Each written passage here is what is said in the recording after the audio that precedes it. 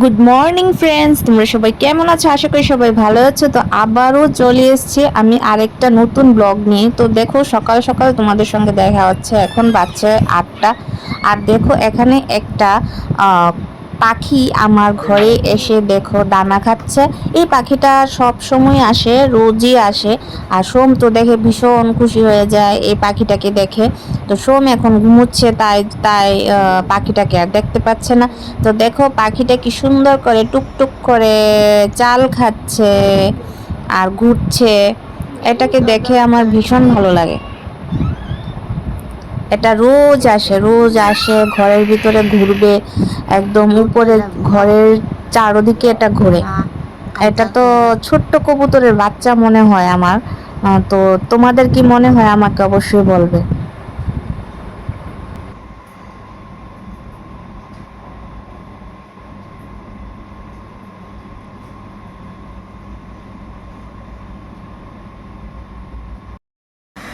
তো এখন আমি রান্না করছি হলো কি রান্না করছি বলো তো? ভাত রান্না করেছি, ভাতটা নামিয়ে নিয়েছি আমি। আর সাজনা আলু টমেটো দিয়ে একটা সবজি বানাচ্ছি। আর ডিম বয়েল দিয়েছি। এই দেখো, ডিম বয়েল দিয়েছি আর এটার মধ্যে সবজিটা বসিয়েছি। আজকে তো সোমের স্কুল আছে, তো স্কুলে যেতে হবে, তো স্কুলের জন্য রেডি হতে হবে, তার জন্য আজকে তাড়াতাড়ি। তো চলো, তো কাজগুলো সেরে নিই, তারপর কথা বলছি আবার তোমাদের সাথে।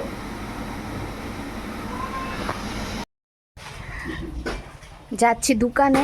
তো দোকান থেকে আনবো হলো 3টে খাতা আর কাটার আনবো সোমের জন্য। অঙ্ক, ইংলিশ, ম্যাথ, ইংলিশ আর বেঙ্গলি। তো এই 3টে খাতা আর কাটার আনবো। তো চলো।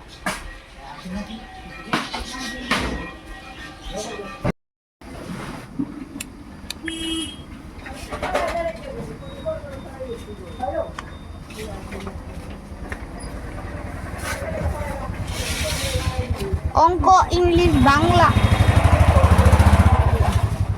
আর একটা কাটার দিবা, একটা ওরিও বিস্কিট দিবা।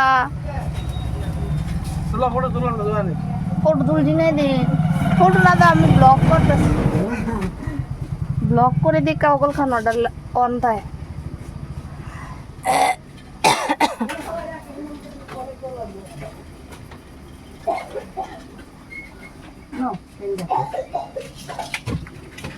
একটা কাটার দিও আর একটা ওরিও বিস্কিট।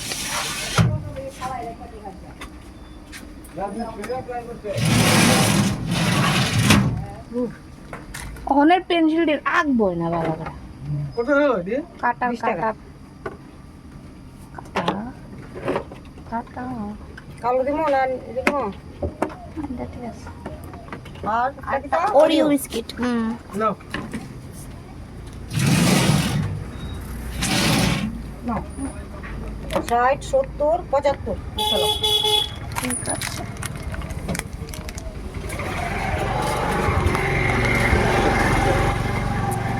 এই দেখো নিয়ে নিলাম, আর একটা ওরিও বিস্কিট নিয়ে নিলাম।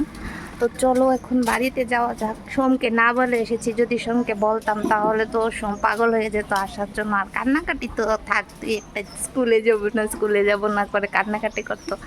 তো চলো, আর ওরিও বিস্কিটটা নিয়েছি ওর টিফিনের জন্য। ও ওরিও বিস্কিট খেতে ভীষণ ভালোবাসে, তার জন্য আমি ওরিওটাই নিই। ও না কেক টেক বেশি একটা ভালোবাসে না। রান্নাটাও নামিয়ে এসেছি, ডিম বয়েল, সাজনা সবজি, আলু টমেটো দিয়ে আর ভাত। সোম দেখো কি বানিয়েছে। তো সোম পেন্সিলকে কাটার করে, তো দেখো এগুলো বানিয়েছে কাটার দিয়ে কেটে। দেখো ফুল বানাচ্ছে ও, কি সুন্দর লাগছে দেখতে, একদম রোজের মতোই লাগছে। তো সোম ভীষণ কান্নাকাটি করছিল, তাই আমাকে ভিতরে ডাকা হলো। তাই আমি এখন ওর সঙ্গে বসে আছি, সোমের সঙ্গে। তো সোম খেলু খেলু করছে। তো দেখো কি সুন্দর সুন্দর কয়েকটা রোজ বানিয়েছে, দেখে আমার তো ভীষণ ভালো লেগেছে। তোমাদের কেমন লেগেছে আমাকে অবশ্যই বলবে। স্কুল থেকে চলে আসলাম বাড়িতে। তো বাড়িতে এসেই দেখো আবার রান্না বান্না শুরু হয়ে গেছে। তো দুপুরের কিছু রান্না ছিল, সেগুলো আমি করতে পারিনি সকালবেলা, তো এখন আমি করছি।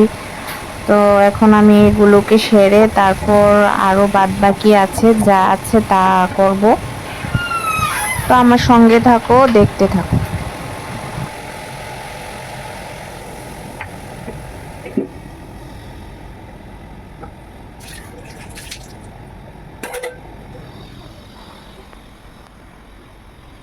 তো এই বাসনগুলো আছে এগুলোকে ধুবো।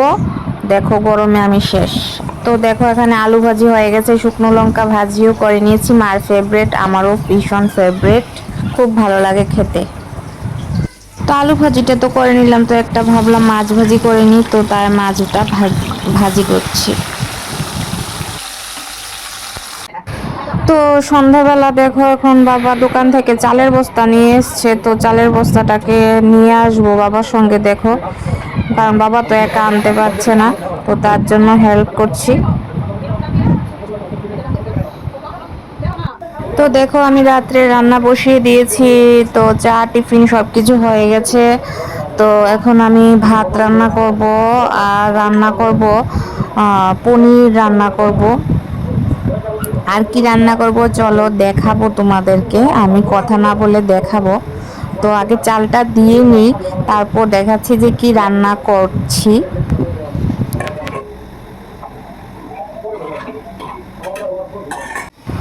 এই যে মিষ্টি কুমড়টা কেটে নিয়েছি, মিষ্টি কুমড়ের ভাজি করব।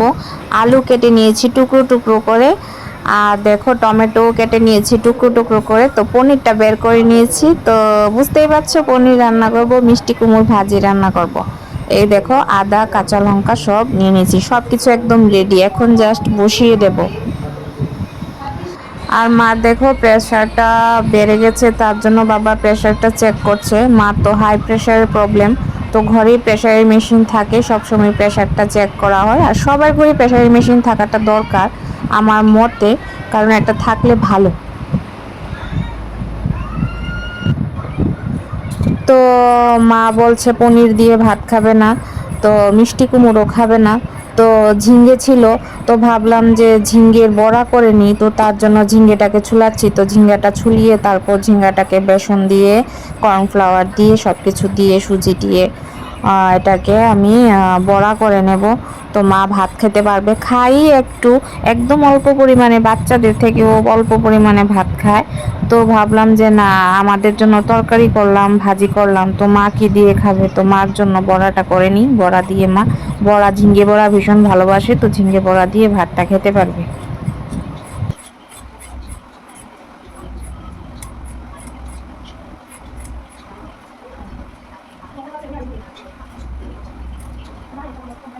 তোমরা ঝিঙ্গে বড়া করলে কিভাবে কাটো? আমরা এইভাবে করে ফুলের মতন এরকম অনেকটি টুকরো করে ফুলের মতন ছড়িয়ে নিই, তারপর এটাকে পকোড়া বানাই, দেখতে ভীষণ ভালো লাগে ছড়ানো।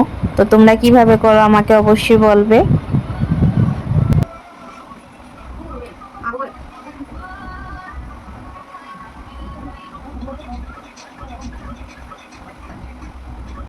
তো দেখো এখানে আমার পনিরের সবজিটা হয়ে গেছে, তো আমি এখন এটাকে নামিয়ে নিচ্ছি। তো আমার পনিরের সবজিটা ডান। আর এই দেখো আমি দেখিয়ে দিচ্ছি পনিরের সবজিটা।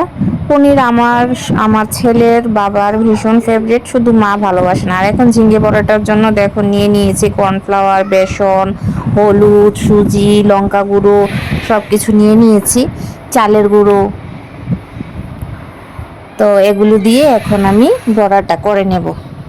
তো আগে ঝিঙ্গেগুলো ধুয়ে লবণ দিয়ে মাখিয়ে রেখেছিলাম যাতে একটু মজে যায়। তো এখন দেখো ঘোলটা করে নিয়েছি, ঘোলের মধ্যে এগুলোকে রেখেছি, একটা একটা করে এখন পকোড়াগুলো করে নেব। ঝিঙ্গে না আগে লবণ দিয়ে, একটু লবণ দিয়ে মেখে রাখলে এভাবে যেমন বয়েল হয়ে গেছে এরকম হয়ে যায়, একদম মজে যায়, তাহলে বড়াটা করতে সুবিধা হয়। মানে সেদ্ধ করার জন্য এত টাইম লাগে না, চট করেই হয়ে যায়। তো আমি মিডিয়াম আঁচ দিয়ে অল্প অল্প করে আমি বড়াগুলো করে নিয়ে নামিয়ে নেব। ঝিঙ্গে বড়া ভীষণ ভালো লাগে, তোমাদের কার কার ভালো লাগে আমাকে অবশ্যই কমেন্ট বক্সে জানাবে। আর আজকের এই ব্লগটা এইটুকু পর্যন্তই রইল।